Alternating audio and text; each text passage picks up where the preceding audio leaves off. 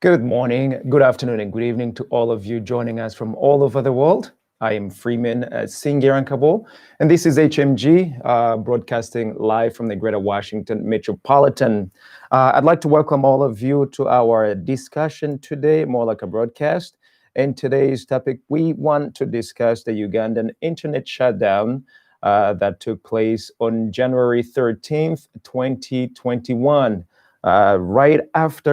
right before the Ugandan presidential election, and we want to discuss the ramification, but also its precedents to the rest of the world. Why are we having this conversation today? For those of you who do not know or who don't have a background, on January 14th, the Ugandan people had presidential election. Prior to the presidential election, the government ordered a shutdown of the whole internet in the whole Uganda as a country. And consequently, a lot of things has taken place, of which not only impacts Ugandans, but the rest of the world. But the conversation today, we are having it because what has happened in Uganda, it is just an example to the rest of these governments all over the world who feel and who has the power, more power than its people, who can actually utilize the power to squash, to suppress, to ensure that its way goes without anyone saying or having a saying to it. So right now, as I speak to you guys, the internet, as we know it, especially from the West, I am broadcasting from the Greater Washington Metropolitan, and here in the United States, the internet is such a tool in our everyday lives. I believe that not just for Ugandan, internet is as important, not just Africa, not just Europe or South America, but the internet is such a tool that we all have come to acquaint, to accept in our everyday life. And the idea that a government has so much power as to shut down the internet, a tool that is utilized by every single individual on a daily basis for just one interest, or whatever the interest it might see deemed to be, or as a result, or as a reason being given to the public. It is unacceptable. So today we want to propose, and I want all of you, especially those folks from Uganda and the young people from all of Africa, sons and daughters of Africa, and the rest of the world actually, who are listening, who are watching this broadcast. We cannot allow these governments to take over our lives. I want to give you an example. We have electricity in the United States. There is an electricity in Uganda. There is an electricity in Rwanda, in Burundi, in Tanzania, in South Sudan, in DRC, all over the world. Can you imagine a president? Can you imagine a government deciding to shut down the electricity because young people on the outside are demonstrating? Because a neighboring country may potentially want to disrupt the national security of that country. These decisions are absurd. These decisions are not democratic. These decisions do not seek the best interests of the people. Electricity is utilized in a broader way. It is not a political tool. It is an everyday tool that everyone uses, including politicians. The internet is not a political tool. The Ugandan government saw it in the framework or in the lenses of a political tool. Consequently, those who depended on the internet, be it within Uganda or outside of Uganda, whose interest is linked to Uganda, were denied that service, were denied that utility. It is my humble opinion that the internet must be protected as a utility service. What does that mean, a utility service? For those of you, again, who do not know, and I'm not going to give you the scientific definition. However, the same way you consider water, a government cannot shut down water because you are demonstrating. A government will not shut down the water because it is under siege. Electricity, it's a utility service. It is essential to our daily lives, be it in Uganda, be it in Rwanda, be it in the United States, or anywhere else around the world. So sons and daughters of Africa, sons and daughters of the rest of the world, it is imperative that we push back. People like President Museveni, who took it upon himself and the government to deny the Ugandan people the service to the internet. I am not a Ugandan, and I'm not speaking on behalf of Uganda, but this issue crossed the borders of Uganda to the rest of the world. If Museveni can successfully shut down the internet and make sure that the people of Uganda do not say, do not query, do not contest, do not even go on the street for those reasons, that gives a dangerous example to the rest of the countries, to the rest of the African countries, especially those with the presidents who've been in power for so many years. I don't know if you have followed the speech of President Museveni. He has openly said that he knows what he's doing. He knew what he was doing. He knows what he's doing. So for me, that tells me, if a leader tells you, I know what I'm doing, they already knew, he already knew that the shutdown of internet was in the best interest of his goals, his government's goal. But it was also a dangerous example to the rest of the African presidents who also want to squash the people, who want to suppress the voice of the people on the political side. But have you thought of that patient in the hospital who has a pacemaker, a heart device being monitored by the internet? When you decide to cut off that internet, that patient could have died. The government will never tell you the ramification, the consequences of the shutdown of the internet in Uganda for those 5 days, because there have been those consequences, but most of them you will never hear of it. I have some friends in Uganda and the rest of the world. The Ugandans have been afraid to speak up. Up to this moment, the internet in Uganda, it's still not fully functioning. This is not a Ugandan issue, ladies and gentlemen. This is a global issue. Internet is a service utility. It affects our lives the same way it affects the Ugandan lives. The global community has a saying in what's happening in Uganda and the rest of the world when it comes to service utilities. I was shocked to see how none of these global powers refuted what has happened in Uganda as it relates to the internet service shutdown. Zero action that has been taken place, something that the Ugandan government can see and comprehend. Can you imagine the internet shutdown in the United States for just 1 day? How many lives will be disrupted? How many businesses will be disrupted? Why is it okay that the internet shutdown can be done in Uganda because it's a remote African country? Perhaps the people may not be utilizing the internet as much as we're utilizing in the United States, in Europe, in Asia. Why is it okay that we protect our internet, but it's not okay to protect the internet of Uganda on their behalf, especially when they're not able to protect it? Why is it okay that these leaders, these government leaders in Africa, can take something as an internet, a service tool, a utility service,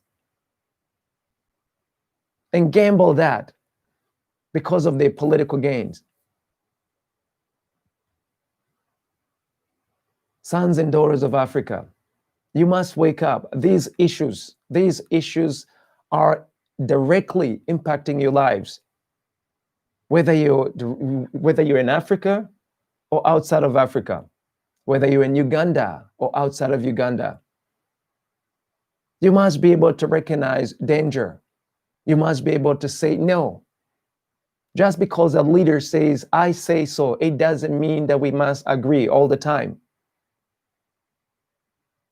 This issue is not a political issue. Politics is a skewed element in this issue of an internet service as a utility. Politicians use internet, just like you and I can use internet. Businesses use internet. Military use internet. All kinds of people use internet for communication and other reasons, other various, very, very important projects. So ladies and gentlemen, I want to ask you, how is it that Ugandan is suffering from internet outrage and none of us say anything?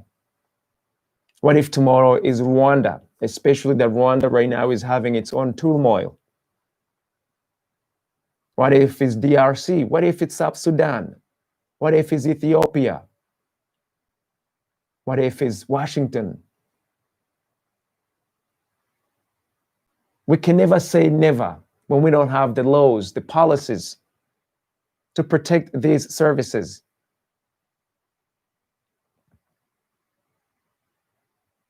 The government should not have the power to suppress the people to this extent, any government for that matter. If you cannot shut down the electricity, if you cannot shut down water, I can bet on it if you could shut down the air. Some of these leaders would do it just to ensure that they remain in power. Ladies and gentlemen, this is not acceptable. It is absolutely not acceptable. Politics or no politics, internet is a tool that is needed, that is being used globally, not just by the Ugandans.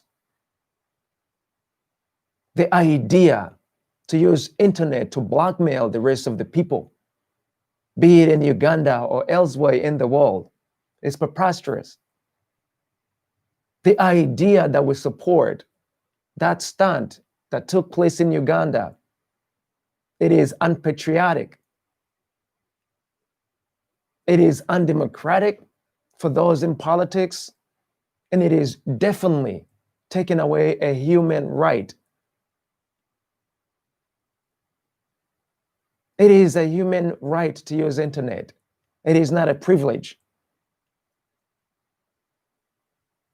All the devices that we have today, everything we're using today as human beings, in one way or the other, requires internet.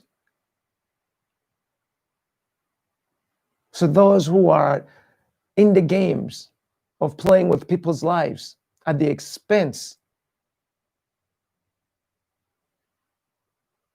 of everyone else in the world, we must really say no to them. I've been reading so many Ugandans online demonstrating, expressing their dissatisfaction of what's been happening in Uganda. But I have yet to see world leaders saying something of what's happening in Uganda. If these leaders cannot fight on our behalf, who will? If you are afraid to speak up, who will speak on your behalf? If your representative is unable to speak or will not speak for whatever reasons.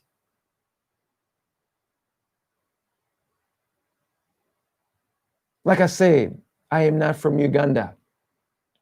However, the issue in Uganda has affected me directly. The same way it has affected millions and millions of people, not just in Uganda, but also outside of Uganda. Speaking up is because of my own interest as well, the same way as the interest of Ugandans.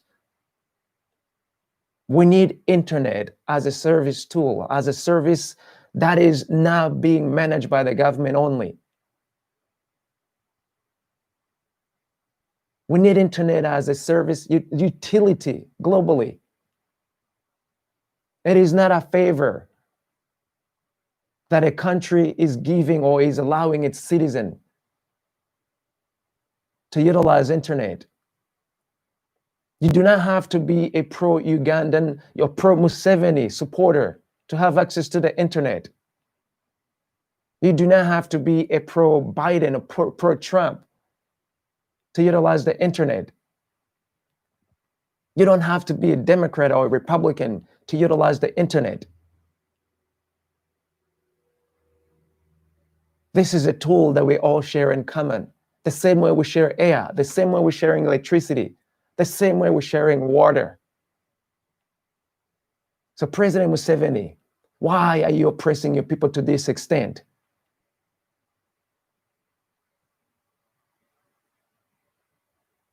You have openly said you know what you're doing. There is not so many things you do not know of this world. We're listening to you, Mr. President. But sadly to say, some of these things you are wrong, Mr. President. Again, my humble opinion.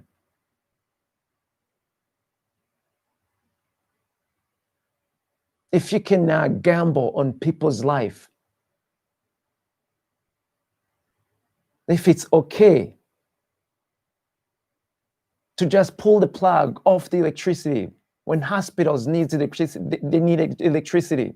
When someone in a rural place, in a rural area need that electricity just because you want the peace, just because you want the demonstrators to stop. What kind of interest are you looking? Whose interest are you protecting? Are you securing? It doesn't seem, it does not reflect to look like it's a Ugandan interest. It is so sad to see that in 2021, governments are operating the way they're operating right now. It is very horrifying that the people can still be killed on spot because of speaking up. It is horrifying that the same people we have elected, we are electing, are openly shooting us, are openly killing us because of the interest, because of the power they have, or the interest that they are securing by any means necessary.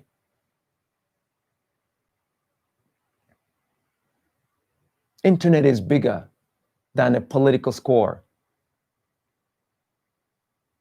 Internet is bigger than a country. Internet is certainly bigger than a political leader. When are we going to say this loud enough for these leaders, these government leaders, especially the correct government leaders, to get it?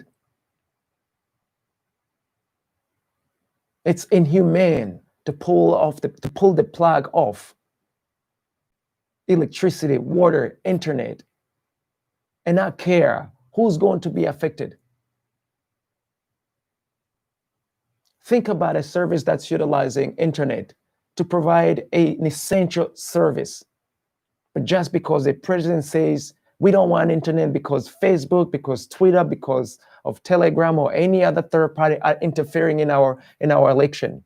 They disregard everyone else, millions and millions of lives utilizing that service. Absolutely no liability whatsoever. This is not acceptable, young people. This is not acceptable. You, our parents, our elders, it is certainly not acceptable. To you politicians who feel you can actually blackmail all of us as a people. You feel like you can check all of us by feast. Yet, on the other side, you immediately claim democracy, a democratic process. You know better for the rest, on behalf of the rest of us. It is an insult. It is offensive.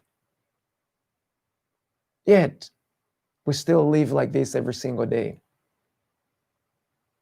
So young people, I really want to beg of you, realize what's happening right now. Realize what's happening and let's take action, not just as one people in one country, but as a global village. Africans in particular, sons and daughters of Africa, you should be paying attention to this. Today is Uganda. Tomorrow could be Rwanda, could be South Sudan, could be Ethiopia, could be Tanzania, could be Burundi, could be South Africa, could be Egypt, could be Nigeria, could be Senegal, could be Ghana, could be any one of these countries or the so-called third world countries. Let's learn how to protect our own interest if our elders are not doing it. The saddest thing, some of these elders are just going to be gone in a few more years, yet they're still imposing their old thinking to all of us as Africans, to all of us as the global village. Whose responsibility is it to say that you're squashing me, to say that you're hurting me, when the one you have trusted to do so isn't doing it, isn't caring enough to protect you? There is so much change right now taking place globally. We have COVID-19, we have diseases, we have wars. All these challenges require that we work together. All these challenges still require that we maintain, we keep our service utility, such as electricity, such as water, such as internet. We cannot fully function without these services. These are not luxury. These are essential service or essential services.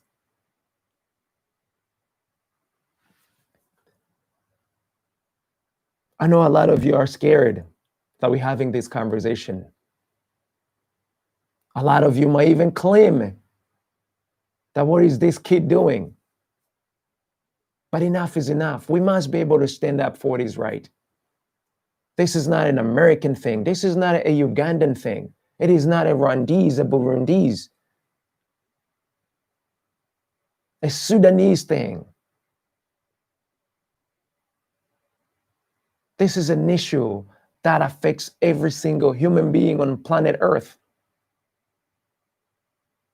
That's why I'm speaking up right now.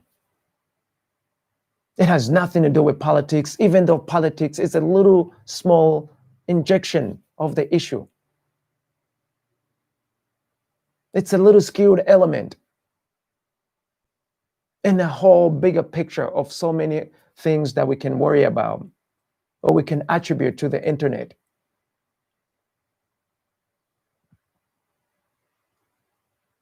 Ladies and gentlemen, I am asking you to consider the benefit of the internet, but also the disadvantages of having internet shutdown, especially when you have already experienced the benefit.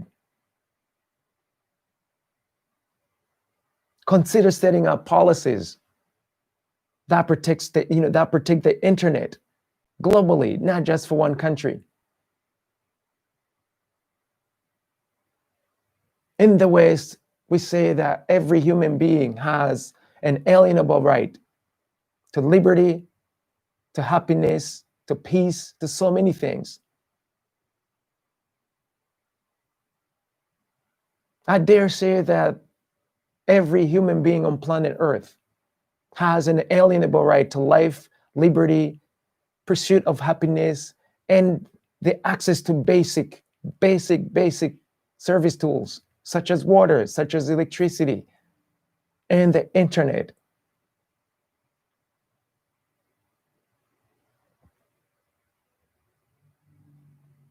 Let's remember that some of these issues, while we're not experiencing them, we don't have the right to be silent on behalf of that other person who's being squashed, who's being denied those same rights that we are freely enjoying.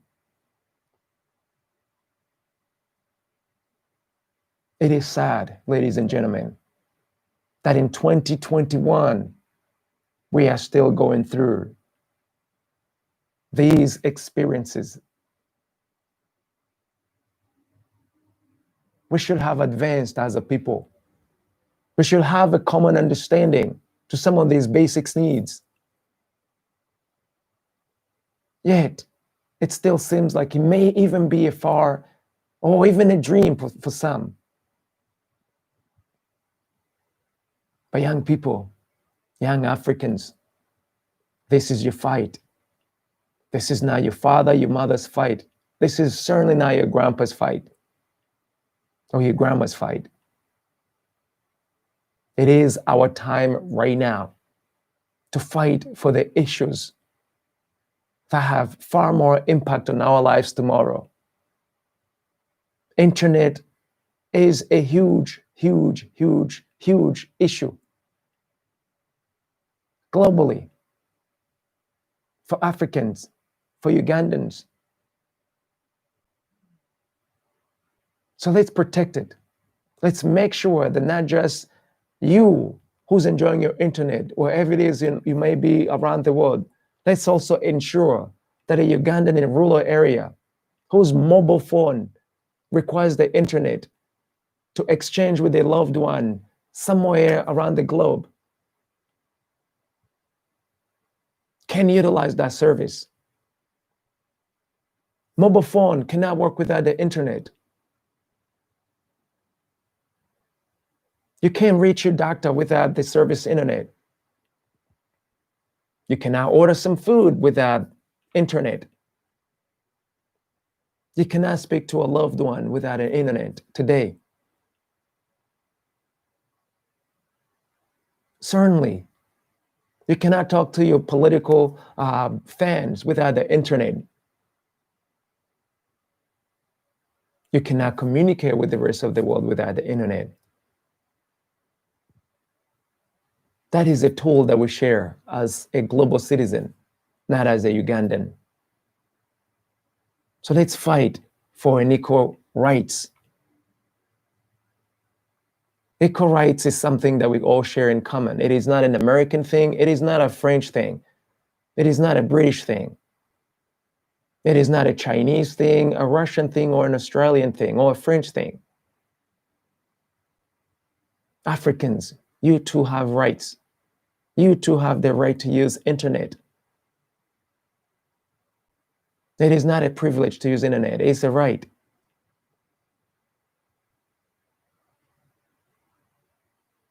It is not a privilege to breathe. It is a right to breathe. It is not a privilege to use energy.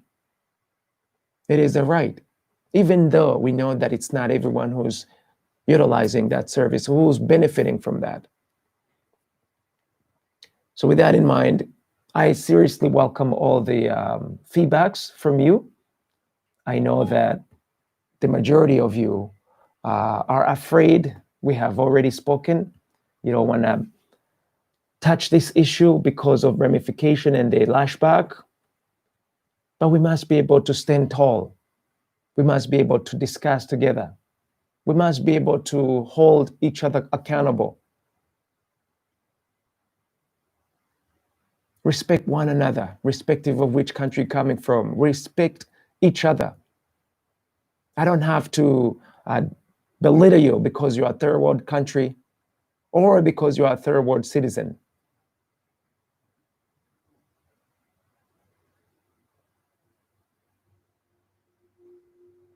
Goodness.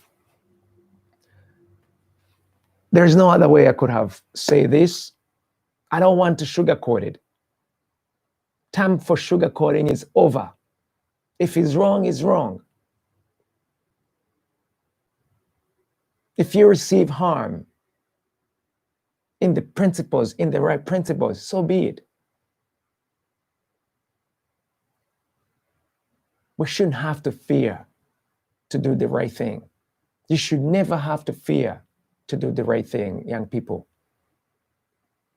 Yes, fear rules this world every single day. But at which point will you say enough is enough?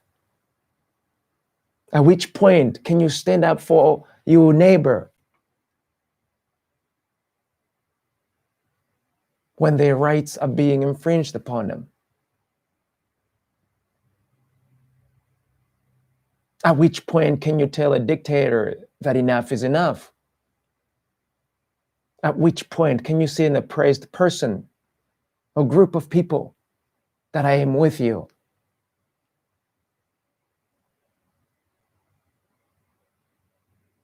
Today is the Ugandans. What if tomorrow is you? Will you then speak out? Will you then speak up? Will you then fight a finished battle? These are the questions that I really would love for you young people, sons and daughters of Africa, to marinate on. You policymakers all over the world, we're relying on you. We are trusting you to do the right thing by the people, not by the special interest only. There's nothing wrong in doing business. There's nothing wrong in looking after your interests. But there is basic interests that all of us will share in common. And we are saying we don't want to see those basic interests being taken away by a political leader, by a government. I cannot fathom a day when a president, a king, or a prime minister can say that, you know what, let's shut down air because these sons are going crazy on the street. These demonstrators are taking away my power. My power. These are the people's power. We are giving you the power, even though we know some of you have stolen the power, are stealing the power. But your days are numbered because we are watching today. And most of us, we are no longer afraid. There's not a single person in this world who is born and who will not die at some point. Stop scaring us with death, especially you, rogue leaders, corrupt leaders.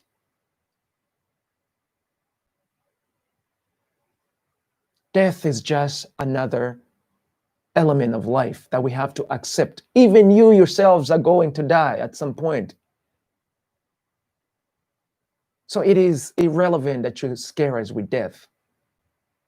If you are born, you are already dead. Just like we have a birthday, we also have a day that we depart, regardless of what's happening in between those two dates. So young people, live a full life. Prosper in everything you do. Stand up for what is right. Don't just stand up for what is right for you alone. Stand up for the common. Share it.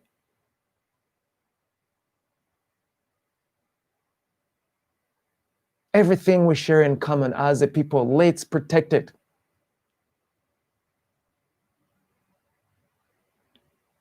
Let's have solidarity with our Ugandan people. Let's have solidarity with the rest of the world experiencing oppression.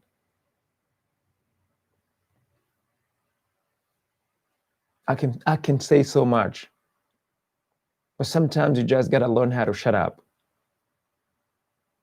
And it is in that spirit that I'm going to shut up right now.